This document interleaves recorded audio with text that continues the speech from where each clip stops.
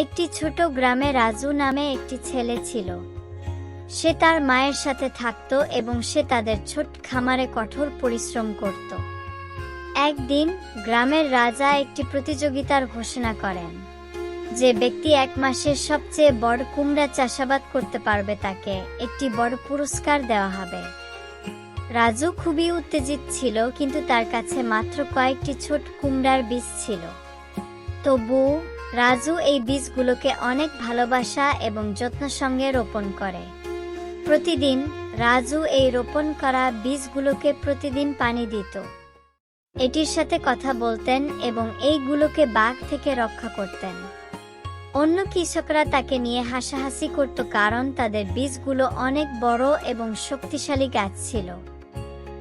দিন চলতে লাগলো। দেখা গেল রাজুর রোপণ করা বীজ থেকে একটি বিশাল আকারের কুমড়ো ধরে। তা দেখে তো সবাই অবাক। এর কারণ হলো রাজু এই গাছের মধ্যে প্রাকৃতিক জৈব সার ব্যবহার করতেন, সেই সাথে মাটির ও অনেক যত্ন করতেন প্রতিদিন। এমনকি রাজুর রোপণ করা গাছটি রাজুর সাথে মনের সুখে গান গাইত। প্রতিযোগিতার দিন সবাই অবাক, রাজুর কুমড়া ছিল সবচেয়ে বড়। রাজা অবাক হয়ে তাকে স্বর্ণমুদ্রা দিয়ে পুরস্কৃত করলেন।